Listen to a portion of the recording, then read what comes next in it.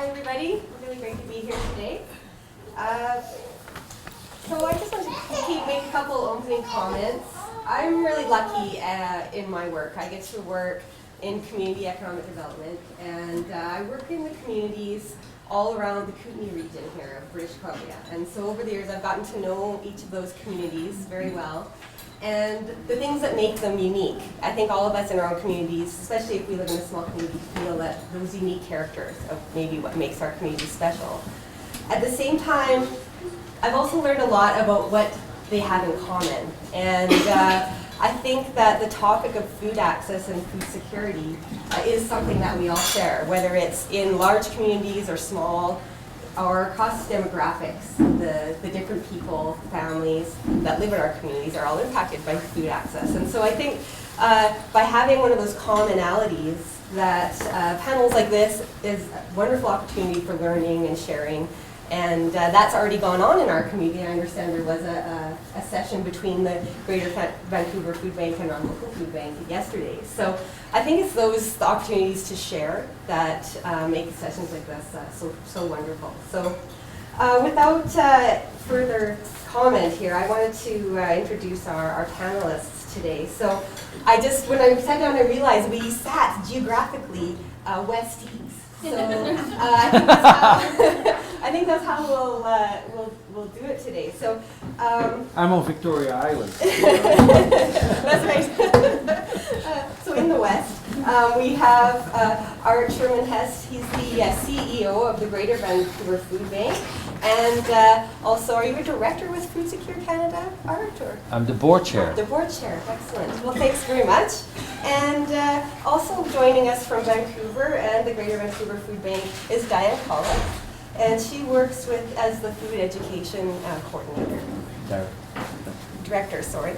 And from our own hometown here in Columbia Valley, we've got Megan Myers. Megan's a director with the Columbia Valley Food Bank, and also works as the early years coordinator with our Family Resource Center in the Valley, known as Family Dynamics. And finally, from our East Coast representative here, we've got Jessica Hughes. Jessica is with the New Brunswick Food Security Action Network, and she's also a community impact director with United Way. So today we're going to be addressing the following question, and I'll just read it for you guys so that you can understand where our panelists are coming from when they prepared for our session today. By providing the story of food access programs in our own communities, we'll talk about the unique challenges of the programs in times of economic and social change. Here's our question.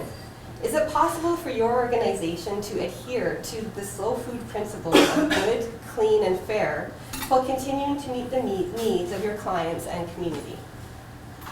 So to kick us off today, we're going to have Art and Diane. Thank you so much, Jerry, and thank you so much everybody for being here. It's a real honor, and I think to come out here in the morning and have a delicious breakfast. I think the entire team that's been working on that, they deserve a big applause for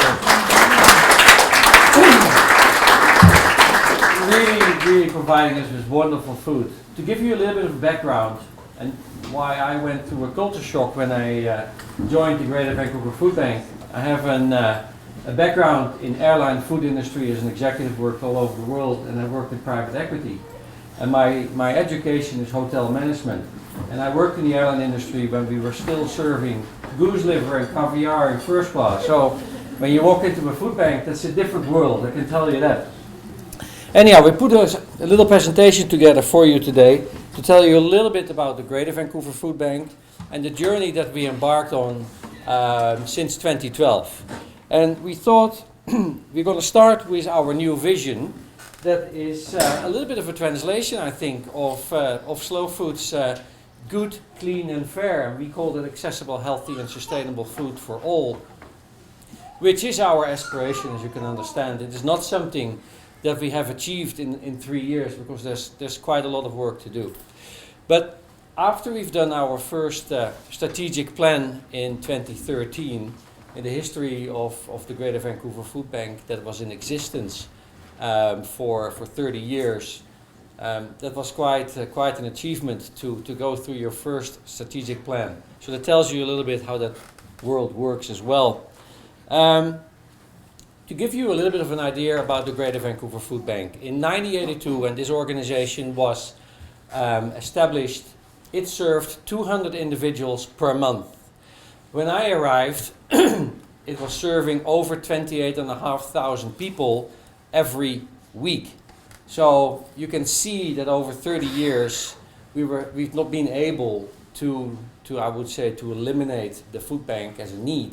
It had only grown, and we thought, you know, is the growth that we were dealing with, we had to step back and say, okay, we need to do things differently to bring that number down eventually. And if you think about Vancouver with its challenges today, where from an economic perspective the city becomes so expensive, the number of children, for example, that we used to serve in 2012 was about 26% of the population that we served.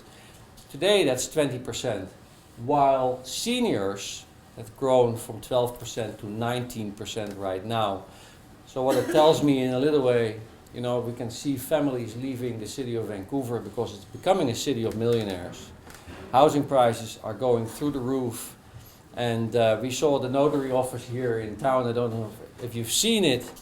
I'm pretty sure that would be, does it work? No. That the notary office would at least fetch $1.5 million for the little shed that it is. So it is, this is the city that we live in.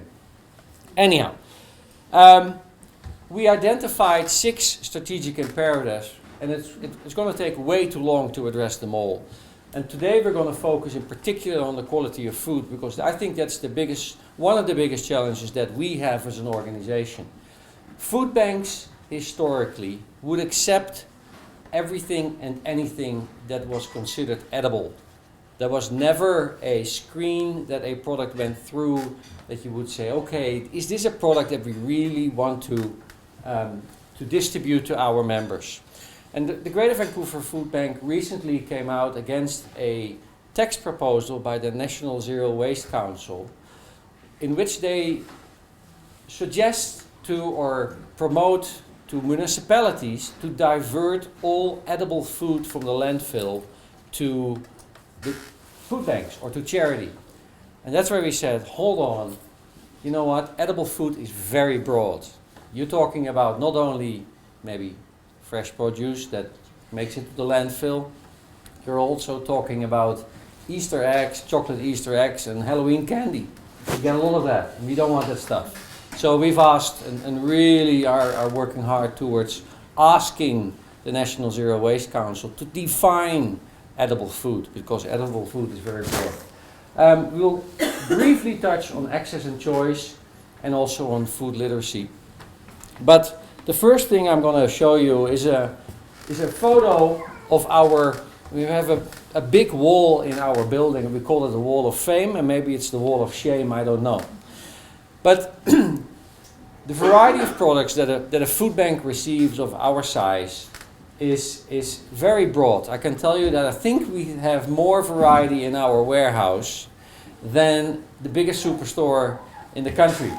And here you see some products that we collected over the years. And I'm not going to mention the products, but there's some very interesting things on there. And you know, earlier around Christmas, we received a donation of pasta from someone that we think is at least 60 years old. So food banks still receive food items that people find in their cupboards that they will not eat. They give from the heart, and they think they're doing a good thing by providing that food to food banks so that people can still eat something. And so we have a collection of that. And the focus for this organization has really been on, okay, one of the things we need to address is the quality of food, because we do not want to measure our success by volume. We would like to measure our success by the nutritional value that we distribute to our members.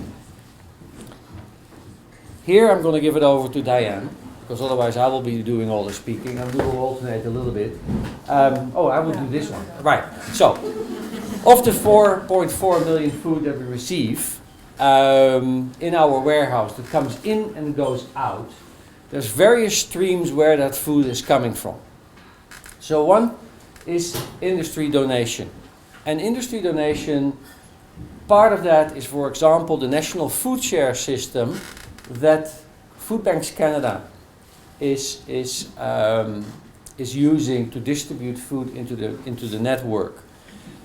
The products that we receive vary from sometimes peanut butter or some diapers. That also goes to suntan lotion. So products that we would consider, not as difficult to eat, suntan lotion. But anyhow, it comes to the food bank. In supermarkets, you will find drop-off boxes, and people there leave food, and then we collect that. It's the same here in town, probably, that the local food bank collects that food. So people really give, in my opinion, what they eat themselves, and it tells you already that we have a lot of work to do, not only with our members to give them better food, but also to do education to those who donate. And many times, of course, they do that with all generosity, but there's a lot of education to do to start really influencing the quality of food that we get. We do food drives, and Diane will probably talk about that. Food drives at schools, food drives in office buildings, etc. That's where we get food. And our effort nowadays is moving from food raising to fundraising, because with funds we can buy local and fresh produce, seasonal products from local farmers. So we put a lot of effort in to move away from food collection to fund collection. Special events, you'll see us out in the community, that's where we collect food as well, people drop off. Where we have more influence, of course, is when we purchase food that we buy, and we have a significant budget that we use for buying local foods. We have a lot of agricultural land around us in near Vancouver, so we have great relationships, for example, with BC Fresh, with local farmers. We have a lot of farmers in the Okanagan where we buy food. And when we started doing that, initially farmers were like, there's the food bank holding up their hands. And we've taken the approach, no, we want to pay for that food. We want to pay you a fair price, but we only work with local farmers. So we did not, for example, import any products from the United States. So we, as a food bank, as an organization, we were not really hurt by the increase in prices, because we only use seasonal products. Industry donations, single stream, for example, that's a full pallet of protein like tuna or other items. Anyhow, so this is where that 4.4 million pounds of food comes from. Diane. Can everybody hear my voice? I'm actually quite a clear speaker. I'm uncomfortable with microphones, but I will use it. Is it okay? It is much better? Okay. Compromise, hold it down. I'll compromise, there we go. I'm a hand talker too, so this is going to be tough. Don't hit me. Yeah. My daughter and I have a joke. She always says, Mom, first step to solving a problem is to admit that you have one. And I guess, how to tackle the quality issue here. I really felt it very deeply in my first few weeks in this position. And I told this story last summer at the BC Food Systems Network, so excuse me for those that have heard it. I was being interviewed at CBC. They came into the warehouse with a camera in front of my face. They're talking to me and they're asking me questions. I'm a little nervous because I haven't, been in the position for very long. And they say to me, oh, I see over there, there's a big skid of boxes and the sign says Healthy Stacks. Can we go over and take a look? And I just know this isn't going to go well.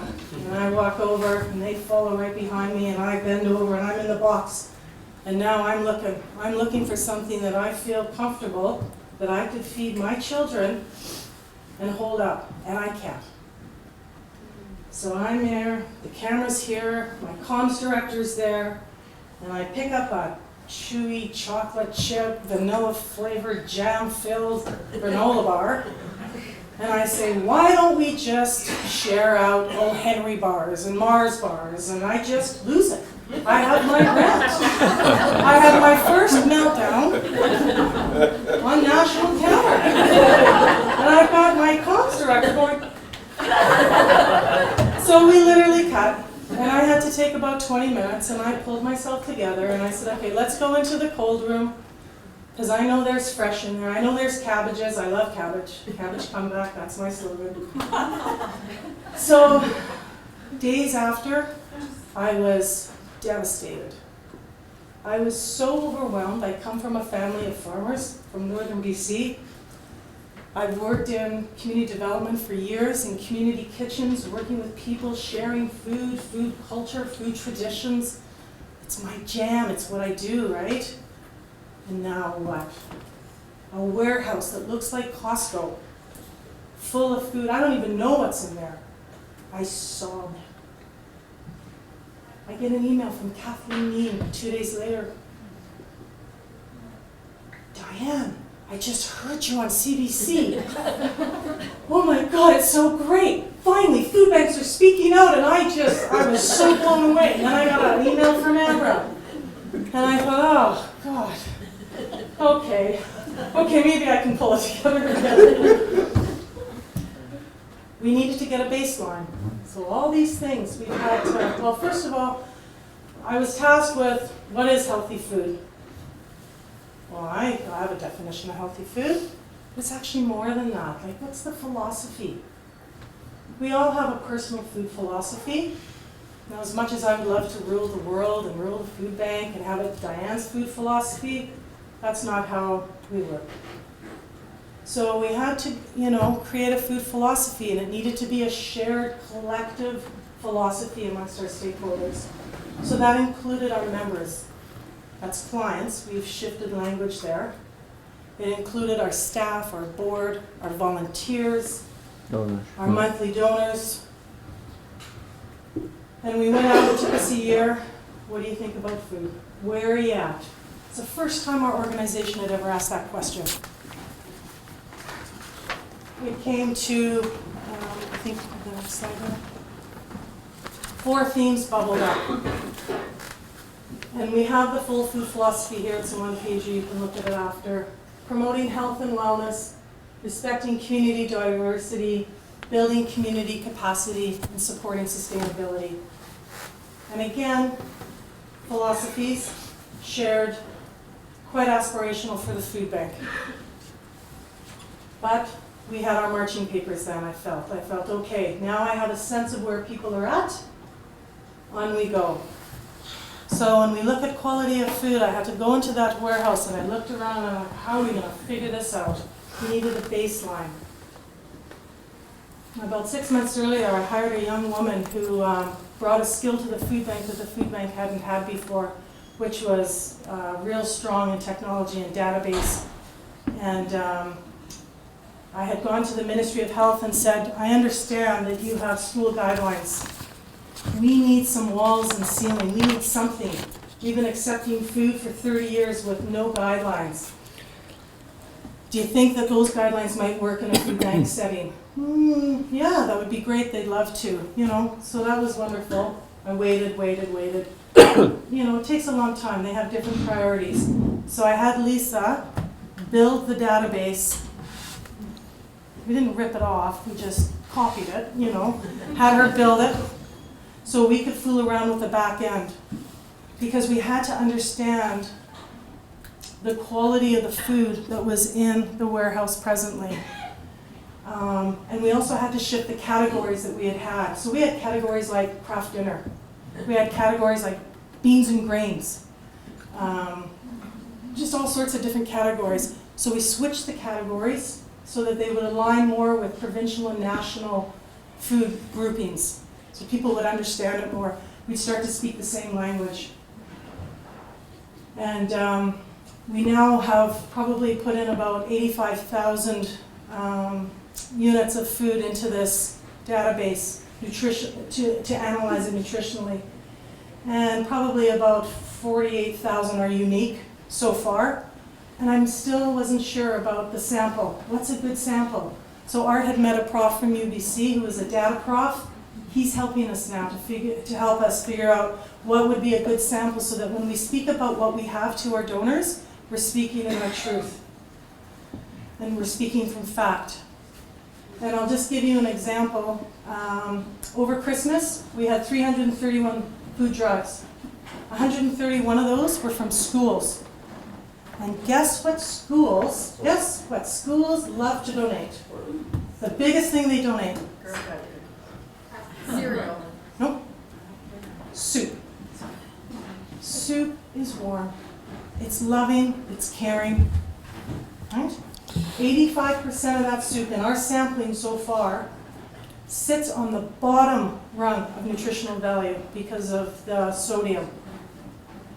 If it had more protein in it, and what we're hitting now is we're trying to get 10 grams of protein, then it would be a more acceptable donation. But so it's really interesting when you start to pull that stuff apart and really take a look at the food and start to speak to people who are donating food around our food.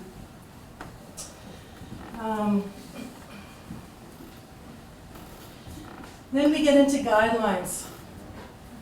And what is the actual goal of the quality of food? And how are we going to actually increase the quality of the food that we accept, purchase, use, and distribute? It's pretty straightforward. It's whole foods. Basic shelf kind of stuff. Everybody in this room, you go home, you want to make dinner, you probably all, you're also converted. Probably all go to your gardens, you look in your fridge, you look on your shelf. Basic shelf stuff. Whole foods. Food that have no to little added ingredients. Foods that are fresh, foods that are frozen, and foods that are canned. That's what we need to go for. That's our first choice. Then we'll have no criteria around that. They'll just come in and they'll flow in and we won't pay any attention. We'll just be like, yes, that's awesome. The stuff underneath that, that backdrop of processed foods that we have, that's what we're going to have to take a closer look at. So then we have first choice, which is whole foods.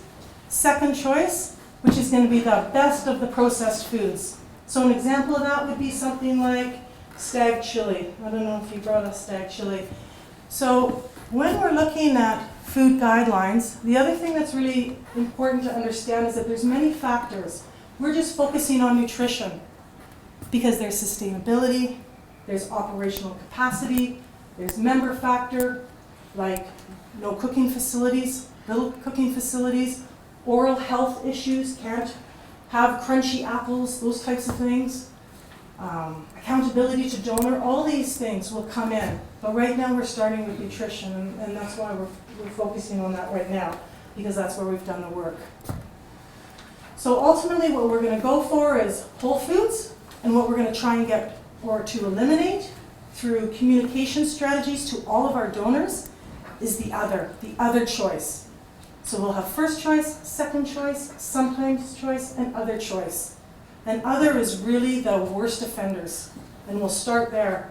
Maybe it'll take us a couple of years. We're going to start putting dates beside it, and slowly. And then when in 2 years' time, if we can, slowly decrease the other, then we'll go for the sometimes food. If I had to blow up the food bank, well, and that's kind of how I had to go after it. We had to think about this. If you had to start from scratch, well, first of all, you wouldn't have food banks, but is really around whole foods and getting people to cook from scratch as best they can and understand and share food and food knowledge and traditions together.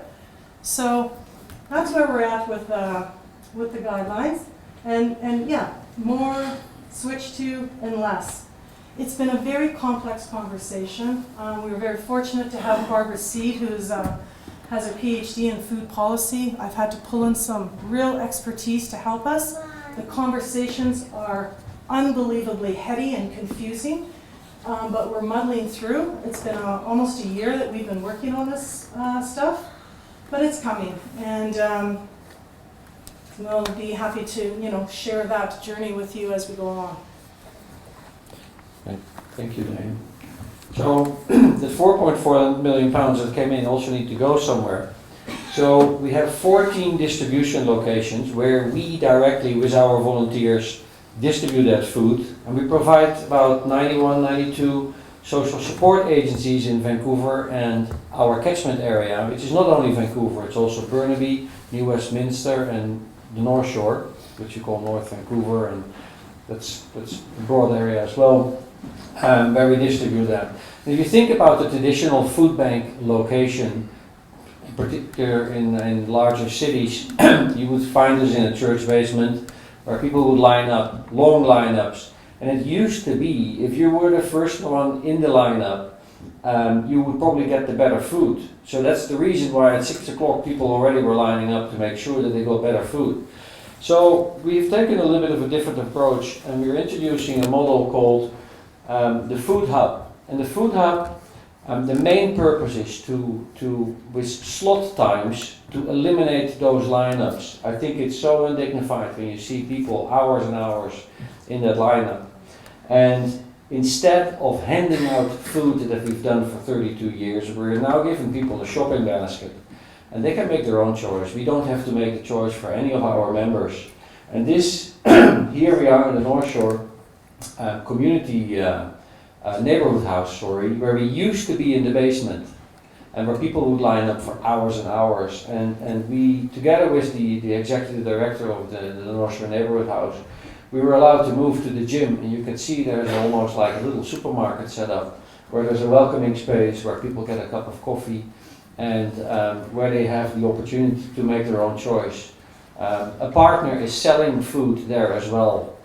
Everything from, for example, a community garden is being sold there at very low prices. So in addition to the emergency supplement that we provide to an individual, they also can buy fresh produce in addition to that for extremely low prices. And I mean, I think it's 25 cents for a cauliflower. So that's, I mean, really accessible. You know, we can speak about this for an hour, this model, but it is all about creating a welcoming and dignified space where people feel, you know, they can make their own choices. And when you have that trust with those members, we can start to bring in community partners that can provide tools to our members that they need to find a path to self-sufficiency. So this is also another approach that we take in engaging with the member, but also empowering that person to start nourishing himself or herself. What we noticed is when we started to distribute better and healthier food, that a lot of people are disconnected from food. And we even had a discussion here where sometimes people even don't know what to do with those food items. And Diane as well speak about that a little bit as well. Yeah, so again, food literacy for me really is really giving, it's so important for our organization to have the value of reciprocity, that to really acknowledge and take an asset-based community development approach and work to people's strengths and support what people know and their knowledge that they carry with them innately. You need to flick that switch somehow. And it's not us flicking that, it's just creating those environments where people feel like, yeah, I have something to contribute, you know? Because there's a lot of rich knowledge with the folks that we work with. They come from different countries and different cultures. Many of them have amazing food skills. They have amazing food knowledge, maybe not with some of the foods that they're seeing in our locations, but they have so much richness to share. And if we can create those kinds of environments, there's just so much benefit to people's overall health and wellness, and to really create those environments where people can reconnect not only to our food but with each other. I think that, you know, we live in a society that can be so isolating, and to feel a sense of belonging and a sense of contribution and a sense of purpose. Everybody's all about food skills, food skills, food skilling. That stuff for me comes as a result. It is important. I'm a huge, I love to cook, I'm a huge food preserver. I'm not going to feel comfortable if I don't feel welcome, if I don't feel like there's respect, that there's trust and honor in the room. So all that stuff will come if we set the right environment. And so when we speak about food literacy, yes, we're going to have, you know, there will be educators, etc. And I think we'll speak just briefly about a program that we're doing in schools. But those are the environments that we're looking for, because you can't, it doesn't matter if we have whole foods at our food bank. You know, if people aren't sharing how to work with those whole foods and how to grow them and all those things and how to preserve them and put food by, they're just gonna get wasted, and food waste is a whole nother presentation, isn't it? Yes. Lastly, I used to work on the street market in the Netherlands when I was a student. So we introduced the dream to have our own street market in our catchment area. And 2 years ago we started with Curbside Fresh. We now sell food in low-income neighborhoods. 5 locations in Vancouver. Vancouver is the only municipality that allows street vending. So Burnaby, for example, doesn't allow that yet. So there's work to be done. But so in addition to the work that we do, we've now also started the social enterprise to bring local and fresh food and a few staples that, of course, you can't get local because we deal also with individuals that can only eat a banana. But you know, it's great to see that the food bank can also do these things, and it's exciting to see us in those neighborhoods and accommodate the seniors and people that are living in low-income housing with some good staples from the lower mainland. Thank you so much. If you think about good, clean and fair, we have a long way to go, we understand that, but there is a significant effort to achieve that vision of accessible, healthy and sustainable food for all. So thank you so much.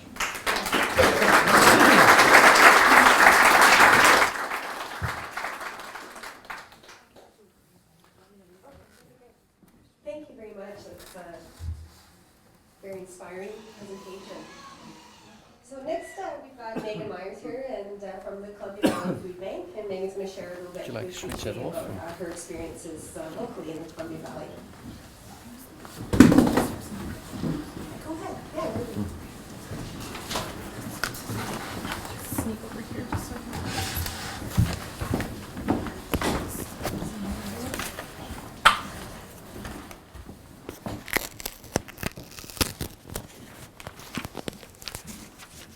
Good morning, everyone. My name is Megan Myers, and I am a director for the Columbia Valley Food Bank. I've been volunteering for our local food bank here since 2013, and we have an amazing operation, I think anyways, for such a small community. And I really wanted to start with our mission statement because I think it's very important and I think it really reflects who we are. So the Columbia Valley Food Bank strives to increase access to healthy food for individuals and families from Spillimachine to Canal Flats who self-identify as in need in a manner that maintains dignity while improving the health in community and encouraging self-reliance. So our food bank here in Vermeer serves, again, from Spillimachine to Canal Flats. So that is about 103 kilometers, I think, of highway that covers. So we are covering a large catchment area. And I have to say that our food bank really strives to provide healthy choices as well. And this food bank is community owned. Our community here accepts responsibility to feed everyone. So there was a bequest from Albert Cooper, who is a local resident here, and he donated part of his estate of $650,000 to our food bank, which makes us very fortunate because we now have the luxury to be self-sustained with our current operation for at least the next 2 decades if we keep operating the way we're operating now, even on our deficits. I did bring a little bit of a food box here, and so this is a food box for typically what is one person, and this is once a month. And so it pretty much doubles every time you add another person into the household. So we do try to have some healthy choices as Art talked about those staples, I suppose. There is craft dinner in there, but We have that as well. Don't worry. it's there. So, and then we also offer meat, which is, I think, a little bit different as well from other food banks. So there is 2 chicken thighs with. Do you want me to hold Yeah, them? that'd be great. I feel like the shit. So we offer ground beef or wild meat, and the ground beef is lean, is it not, Ron? So it is. So it's also a healthier staple, and then we also have the chicken. So and then also monthly we have a partnership with Family Dynamics, who offers a good food cooperative through our local grocery store here, AG. And so this healthy box here, because we do not have the capacity where we are at now to store and purchase all these fresh fruits, we give coupons to people who do use the food bank, and they can access a whole box of fresh fruit. And again, that is just for one person. So if there's 4 people, they get 4 times that amount, which is great. So, apples and oranges and bananas and lettuce and yeah. So in terms of partnerships as well, so we do have Family Dynamics. Our district here, the District of Invermere, provides us free space below our library. So we are more focused on feeding people rather than paying out for space. So we have better use of our funds. All of our grocery stores here have those boxes that we said, so it's easy to donate. We started a plant a row, grow a row last year in people's local gardens, and that really did take off. There was an overwhelming support that we were giving so much extra food and healthy food to people over the spring and summer months. And then we also are looking at, we have done some gleaning in the past. Some local farms have donated excess, whether it's zucchini or apples or even some fruits. We've recovered some fruits from fruit stands. And that partnership as well, we have a unique partnership, I think, with Golden Food Bank, because they have in the past given us fruit from the Okanagan where they can't get rid of it fast enough, so they drive it here and vice versa. We have driven hundreds of pounds of zucchini over there because we get so much zucchini and we just can't handle it all. So,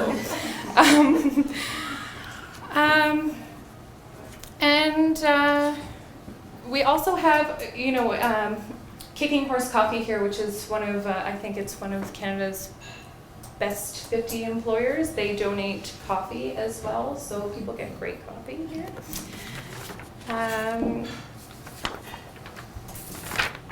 What else can I tell you? So, in a community that is healthy and thriving, I think we believe that no one should be going to bed hungry here, and that food is equitable and distributed to those who need it. We offer a non-judgmental and barrier-free, and we offer support as well for self-identified individuals, and we are a client-centered service. We have an intake process, and then we can offer referral services as well. So, our food bank also supports local programs. We support our cooking club at the J.A. Laird School. We support the youth center. We provide them food as well for their cooking club. We have a community links worker that has food and gift cards to the high school for hot meals. And then if any student is hungry, they can also access snacks at the school as well. And one of the biggest one, I think, is the early years programs. So the food bank feeds to the tune of about $10,000 a year to children aged 0 to 6 in daycare programs and Strong Start programs, mom and pop programs, and breastfeeding support groups for food education, so that children are eating fresh produce, wholesome foods. And so if they're hungry, they can't learn in preschool or with during those Strong Start programs. And the other part of it too is that we have become such a society of packaged is easy and cheap that when someone comes to school, they can offer a banana. You know, instead of your chewy granola bar filled with jam and drizzled in chocolate, would you like a banana? And first. And if you're still hungry, then go ahead and eat your granola bar. So we are trying to educate our young as well, and it's amazing how the children learn from each other. You know, they don't like cucumbers at home. My daughter won't eat carrots at home, but she eats carrots at school. So monkey see, monkey do, which is kind of nice. So, and then I can just tell you a little bit about our statistics, because I think ours are a little bit different from Vancouver. So we fed, last month was quite high. We fed 181 adults and 91 children in February. Crazy. So that is, we are that means about 50% of our population are 0 to 18 in the valley. So, and that's just food bank. That's not the programs that we're serving. So people are making the choice here. I mean, it's a beautiful place to live. It's not as expensive as Vancouver, but the seasonality and the tourism industry, I think, really force people to make the choice whether they're going to pay rent or are they going to purchase food. So that's where we have really stepped in by providing that non-judgment free space for people that is welcoming. So thank you.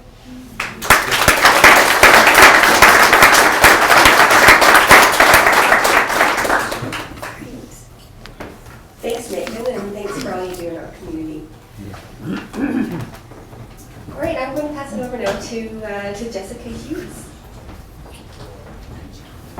I'll follow suit with the trend here in the podium.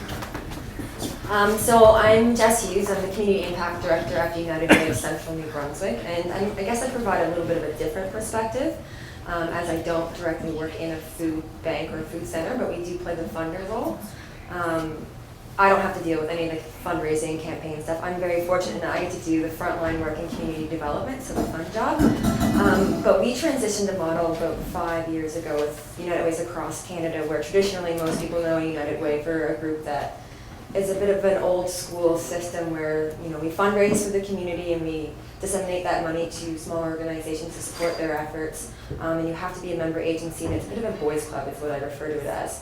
And we are now branding ourselves as not your grandmother's United Way, in that we do a lot of community impact work, specifically around building capacity within community to deliver these essential programs and services.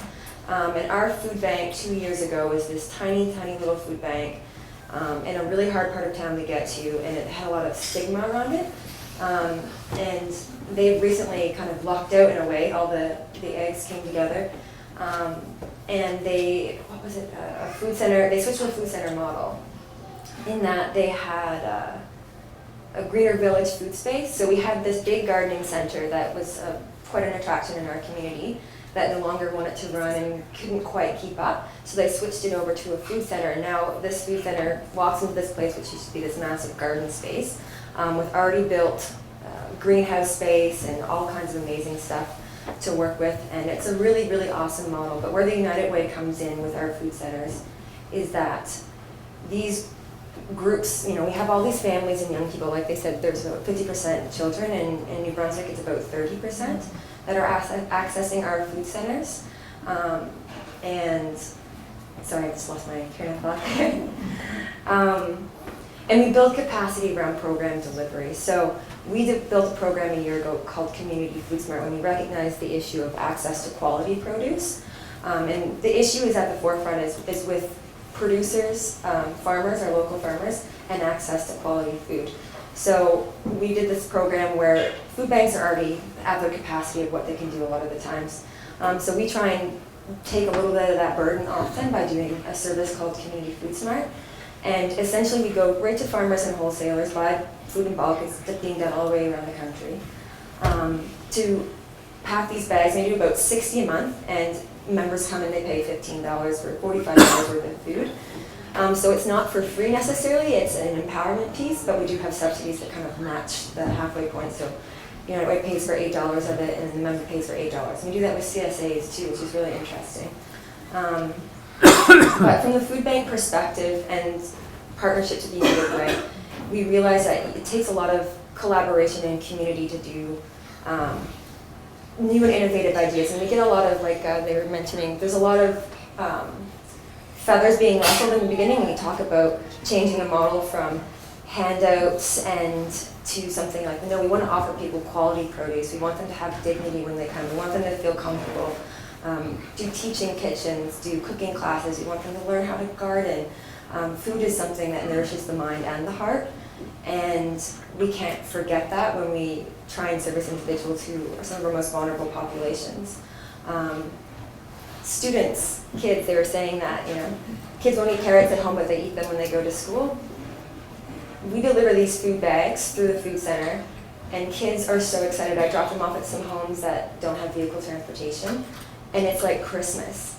Like, you walk in and a kid is just like, broccoli, like carrots, and they're so excited about it. And so when we think that kids don't eat healthy food or don't want to eat healthy food, it's all about how you position it. It's this exciting piece to get kids excited about. We have kids that parents say, they'll never eat fresh produce, but you put a community garden in. And we have 20 raised garden beds at our food center, and a child comes in, they plant the seed, they watch it grow, and they pull it over the ground. Before it even gets washed off, they're putting a carrot in their mouth and they're chomping on dirt and carrots. So it's really quite amazing what I've been able to appreciate, I guess, from an outsider's perspective around what you can do with a new food center model. And like they said, it doesn't happen overnight. It definitely takes time. In our case, it's a little bit challenging too, because our food bank is owned and operated by a church and a church board. So there's always, different issues around new transitions and how to work those communications and how to work those relationships, because you do have people that have been living on a model for hundreds of years, and it's not always the easiest to change. But I think when you build a community and you bring together the right partners, it's amazing what can happen.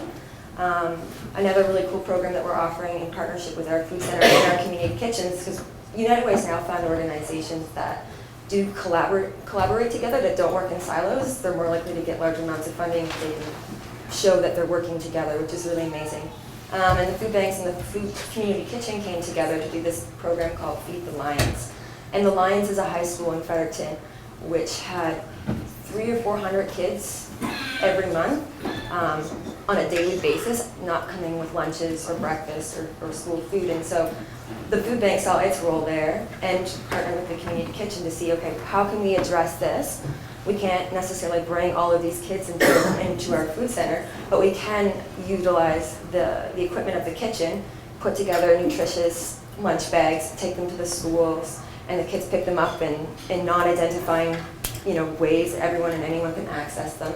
And so that's meeting that market as well, because school and food is another thing, and learning, we all know how that's attached to nutrition. Another really exciting program we're doing is with CSAs. So what we often think of when you think of food banks, and we think of access to produce, and it's always about like what's cheap, what's cheap, what's cheap. And sometimes what's cheaper is stuff that isn't necessarily local. But we're changing that even, because farmers need to make a living. We need to be able to support our farmers. And just because you access a food center doesn't mean that you don't deserve really quality, amazing, fresh, organic, local food. So we do a CSA program where we buy hundreds of boxes, $15 value, and United Way provide like a subsidy for half, and the individual pays for half. So, you're getting this giant box of fresh produce, and you're paying $7. And even though that $7 is still very challenging for a lot of families, it's so inspiring to see like kids be so excited about it and families be so excited that they get to go to the side market, they get to pick out their food, they talk to their farmer, and they learn about the products that they're feeding their children. Another really awesome program, I guess they mentioned it as well, with gleaning stuff. Gleaning has been really huge in New Brunswick. We have a lot of really small farmers, and we have a big geographic spread. Half of our population is still living in rural communities. So that provides those challenges when you have a small food bank. in each of the rural communities, plus the larger ones in the bigger city. There's different challenges and elements. But the gleaning has been really interesting in that it had runoffs that we didn't expect. So we thought that, let's give an opportunity to help our farmers. We had farmers calling us up just like crazy with blueberries, with raspberries, strawberries, tomatoes, cucumbers. We pulled 9,000 pounds of fresh produce off the fields in one summer that was just going to get tilled back into the ground.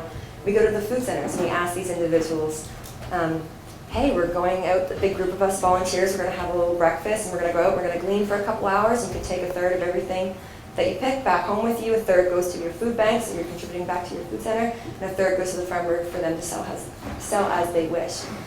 And so that was awesome. We have almost a waiting list, people that want to volunteer, and it's not just food center members, it's community members, it's retirees. So when you show up to this, you don't have a name tag that says, hi, I'm Susan, I access the food bank. It's like, hi, I'm Sally, and I'm here because I want to participate in this.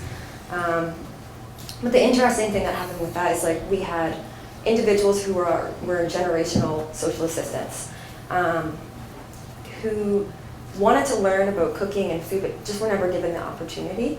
So from these gleaning programs, we now have individuals who work full-time as farmhands at the farms where they went and gleaned at. And they're doing a trade-off. Some of them are full-time employees now who haven't worked in any other capacity, paid, and some are simply there to volunteer. They volunteer for a half day, a couple times a week. They walk away with their eggs, their milk, their meat, their fruit, their vegetables for the month. So that we weren't expecting when we did the gleaning projects, but it's been really inspiring to see a lot of that. But yeah, anyway, we're doing all kinds of cool stuff. These guys are doing amazing things.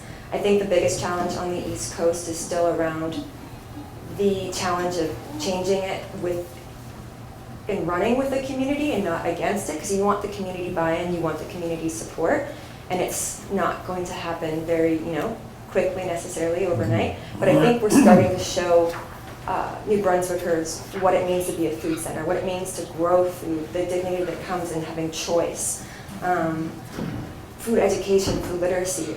That was a big learning curve for me. When we were giving out our food bags, we had people call us and say, we work with a very diverse multicultural groups too. A lot of newcomers access our services, and we said, the food bag was really good, but I cooked that lettuce and I just didn't like the way that it tasted. And we realized, oh my goodness, we totally forgot. We had this assumption that everyone knew what to do with the food and not thinking about culturally appropriate food. So now we do this big educational piece where a monthly insert goes into it and says, here's our new highlights of the month, fruit and vegetable, the nutritional breakdown, here's some basic recipes with a few quick, easy ingredients in them. And then we also do a teaching kitchen, so individuals pick up their bags and they can take it to the kitchen, and you make a full meal with it, and you learn together, and you kind of break bread and eat together. So we're learning things as we go too. We don't know it all. Another really exciting one that we're working on right now is a program called Hungry Hearts. So we all know about the statistics coming out around mental health, 1 in 5, children as young as 6 and 7. It's becoming a big reality, and we're starting to see the connection to food and mental health. And so I work a lot with peer support with young women who struggle with mental health issues. And it's really challenging to take someone who struggles with whatever mental health, whatever kind of trauma, wherever they came from, and put them in a circle and just hand them a talking stick and say, tell us about your life, how are you feeling, those sort of things. It's very intimidating.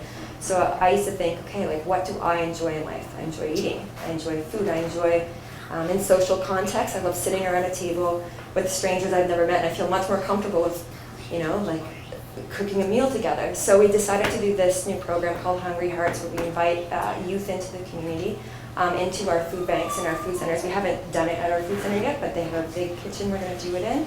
And we get the youth to, first off, pull out the foods that they want to eat. Why you want to do a pasta dish, or do you want to do big green salads, homemade pizzas, whatever it is that you want to do. We pull together the food, we cook it all, we prepare it all, we talk about where it came from, we have farmer presentations to talk about the food that came in. And then we sit down and we eat a meal together, and you'll be surprised how much more comfortable these youth are.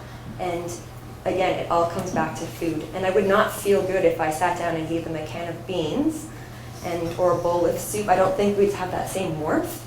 around the table in those situations, so that local food element is really strong there. So anyway, I'm rambling on.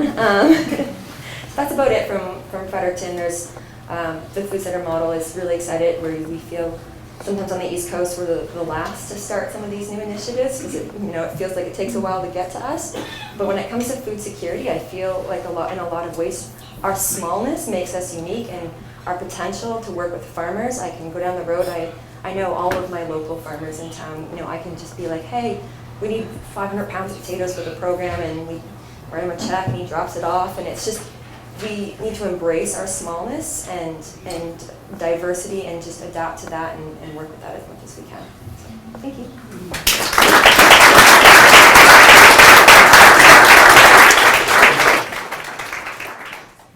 Thanks very much, Jessica. All right, I'm going to open it up to some questions. So does anybody have a question to kick it off our discussion today? Great, thank you. Just a question for the different food banks to help us get a perspective. You gave us your numbers weekly, but what does that translate into as far as like percentage of the population in that area? And like your numbers have grown significantly. The population area has grown, but has your growth outpaced the general growth? Okay, so I think a question about the growth of use in your area versus population. If we think about the Greater Vancouver area and the catchment area that we serve is about 2 million people, so it's a small amount compared to, of course, the people. But we all know that 1 in 4 Canadian is food insecure. So although 26,500 people are accessing the Greater Vancouver Food Bank, we know there's many more people out there who are not accessing these services, which they should. And that's a number that's across the country, and that's one of the things that making access more dignified will probably see an increase in the amount of people that are using the services of the food bank. But I think that's where it can start. I see Megan crunching numbers over here. Trying to anyway. So for us, if we took the average of, it's because we had a really high month last month, but if we kind of average it out to about 150 adults is what we see a month, and about 75 children, because we are about 50-50. Our population here is about just over 10,000. Is that right, too? We're over 10,000 for a fill machine. Yeah, Canal Flats, just fill machine. And definitely, I mean, we are also working on potential satellite offices, because we know we're not getting, there's people that are not being served because of barriers, because we kind of have, our transportation system here is you can come in at 9 and you can kind of leave at 4, because it's one way in and then kind of one way out. So that's definitely something that is on our strategic plan, as to how can we serve more people that are in need as well. So, okay. Good answer to Jessica. All right, we'll have another question here. I'm curious to know how the dignity of the clients and privacy, and Jessica touched on it, that you incorporate people who say, I'm Sally, if I'm just volunteering or something, as opposed to, I think you call it the hubs, where presumably those are all clients who come in to the hub. So, but in a big place like Vancouver, you wouldn't know one another, but in a small town, there may be a stigma that people feel they don't want to be identified with being a client of the food bank. I don't know, can you comment on that? Maybe a couple of our people have touched maybe on some of the rural, where there is sort of that familiarity with each other. So Jessica. Sure, oftentimes we encourage our members to also come and volunteer, and so, I mean, it is harder in more rural communities where people talk and those things get around, but at the same time, when you empower a person to both be a volunteer, an employee, and also it removes that weight sometimes of being a food bank user. I had used the food bank when I was in university, and so as a young person in a university setting, in a university town, it was the way, they have it at the school, they have like a food bank box and students can come and take stuff from it. And even from that, I felt like, I didn't want to be seen reaching into the food bank box at the university because then people would know. But then if I were working there and volunteering there and then on my way out I grabbed a couple of things, I felt so much better about it. And so we really do encourage lots of engagement opportunities, whether it's, help us come to the garden, help us come pass out a few boxes, help us come work at the Food Smart as a different location, come pack for that. So you start to blend. You don't really know who's a member, who's a user, who's a volunteer, and then we're all kind of one and the same. So that's how we do it. Megan? So again, our food bank is below a library, so actually if someone who's just driving up, they could be going to the library, I suppose. Like there's not a big sign that says, food bank with a big arrow pointing down and like big flashing lights. And I think the way we do it when we talk about other support services that our coordinator does provide, it is done in a private room, which is nice, so it's not open to the public. And I think because the food bank has always strived for, we do sensitivity training with our volunteers, and because we are really focused on providing we're judgment free, that I think when people are coming to the food bank, they're kind of all there for the same reason. So if Mary runs into Joe, I don't feel I think there's some sensibility with the community here as well. So yeah. Just one more thing. And I think too, this whole model shift to food centers, and it's slowly transitioning into, we are removing the stigma associated with food banks by the work that they're doing in Vancouver, the work that we're doing in New Brunswick. I know our food center we're trying really, really hard. It's only been 2 years, but that transition, our models are changing. We're trying to give access to healthier, more nutritious, locally supported food, and I think in doing that, we change the stigma around what a food bank is, and accessing it feels a little bit different then too. Great, thanks. I think we have another question here, and then we'll go over here. Was there? My question's a little bit similar, but a twist. So in Revelstoke, we have lots of programming around food, community gardens, cleaning programs, gardening workshops, but we're not accessing food bank clients. They're not coming to these programs. So I'm wondering if you have any suggestions for how to get them to come, and specific programs that you found to help with that. Okay, so a question about member-client outreach. Yeah. This is an amazing question because I've been involved in community kitchens for the last 20 years, social food programming, and really focused on capacity building and knowledge transfer. There has been tension between the food security movement and food banks for as long as I've been involved. And I know that our organization for many years, and until we started to make this change more recently, no one was welcome at any of the food distribution locations that were outside of the organization. A lot of that came from feeling defensive. A lot of that came from not forming those relationships.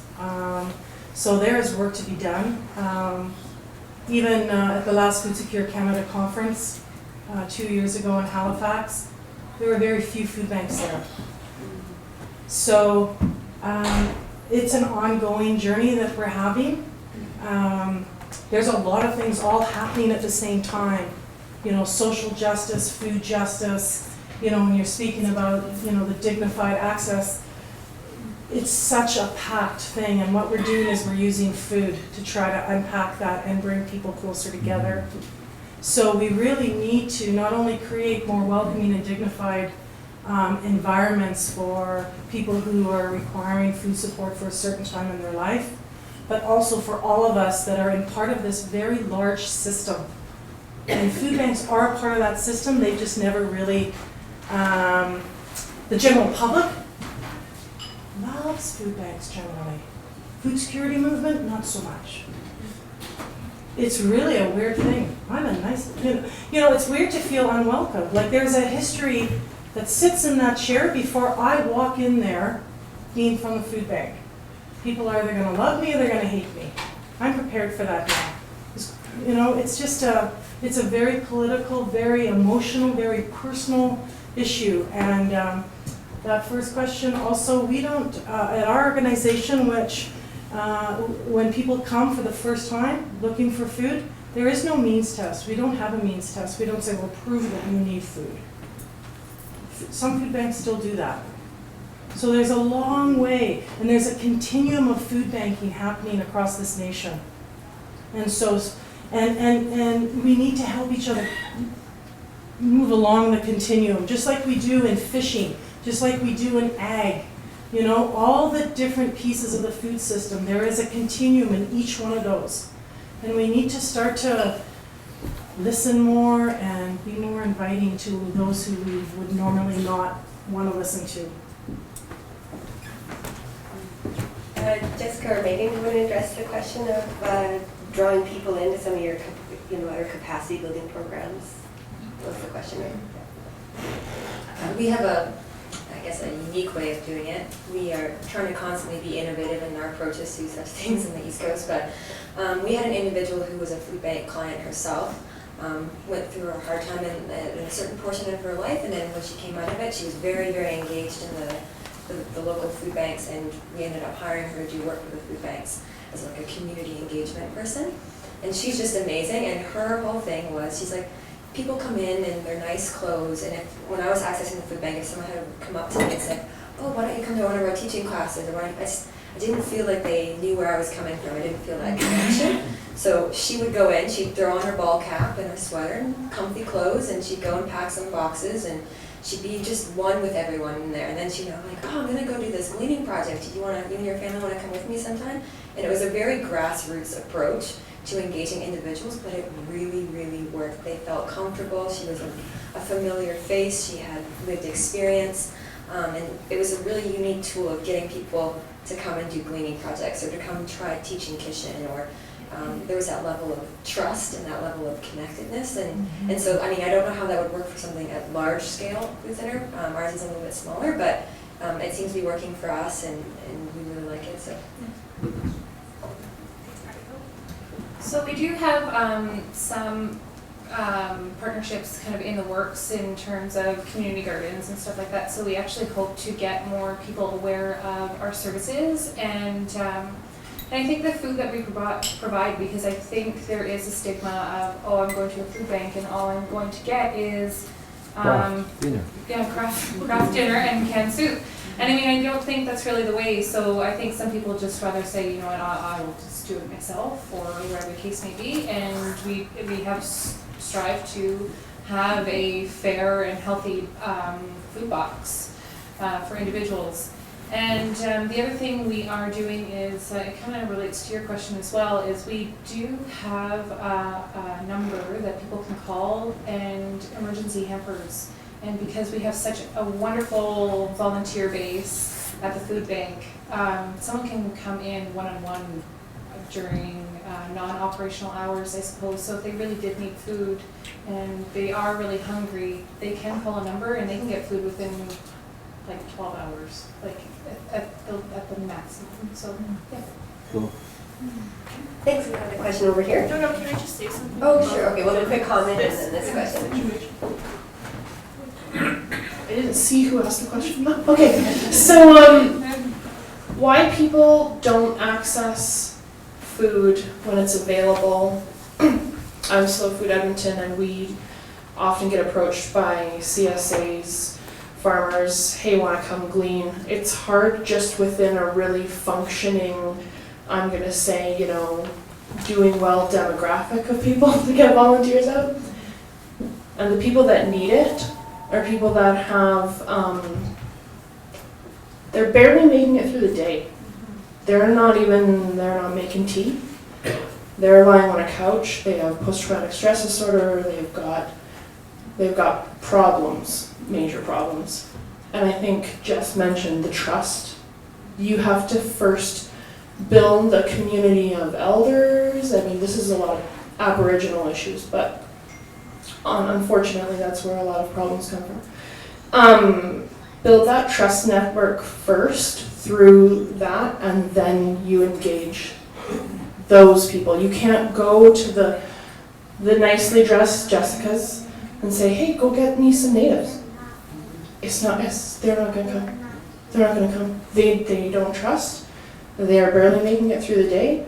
So if it's important, then you need to glean and you wanna do that, then you need to glean and you need to find a source where you're gonna send that food, and you don't ask the people to come out at all, which is too bad. But if it's about getting people the food, then it doesn't matter. You just get it to them some way. Or you build that network like an intermediary, because they're not going to come out and do it, which is unfortunate, but that's what my view on it is. Thank you. Okay, got a question over here. First of all, I don't even know if it's kind of a question, but I just wanted to say that I feel just really moved by the work that you do. It's very sacred. It comes from the heart. I really feel that, and I want to thank you. It's so beautiful. Like, I feel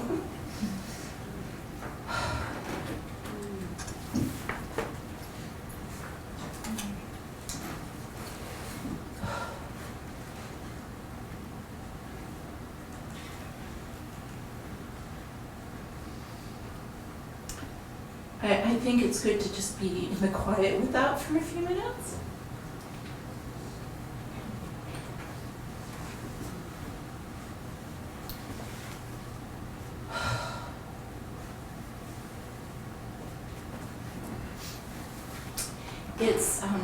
It's such a gift. It's like the simplest, most profound gift. And I hear you talk, and it's out of love.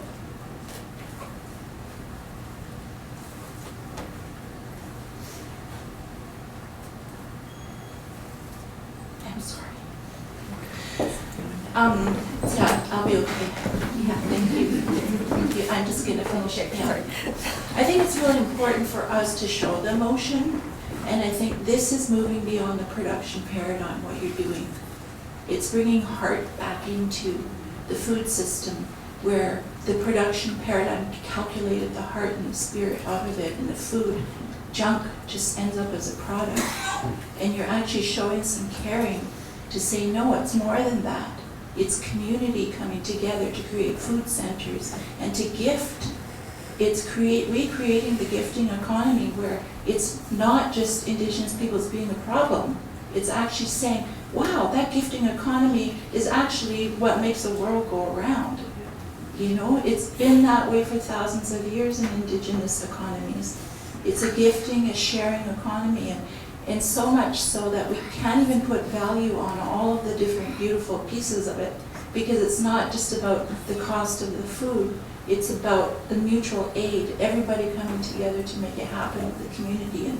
And we're organizing a gathering of Indigenous food training and sharing this year, because this is what our research has told us from the elders, that that's the way we've always done it. That's the most sustainable.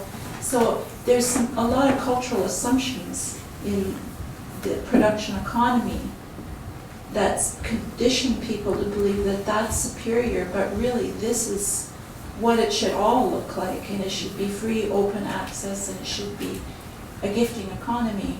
I mean, recognizing that that's being co-opted by some corporations too right now, and we're looking into that to try and understand. But I just want to say, that's not really a question, but there is actually a question in that in terms of financial intermediaries, because the reality is a gifting economy does need to be funded, and that there are some robust budgeting templates becoming available to be able to budget those other values of mutual aid. But I guess I'm just curious to know if any one of you have looked into talking with financial institutions to look at how to develop some financial intermediaries for gifting economy such as what you're doing.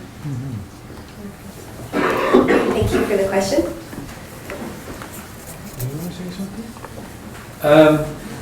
It's not something that we've done yet. I think I would call it, we're still working on the foundation of moving forward. One of the things that I think is really important, of course, you think about the background where I come from, evaluation and measuring social impact is a very critical component of knowing what we're trying to do makes total sense. So our focus right now is also, together with experts, for example, people like Deloitte or who have the expertise, build a framework around evaluation and social impact measurement. And something that we would love and will share with other organizations, and something like that is up, because we do need to measure our success, not for funders, but to make sure if we're providing the right services to the people that we serve, so that it makes an impact in their lives.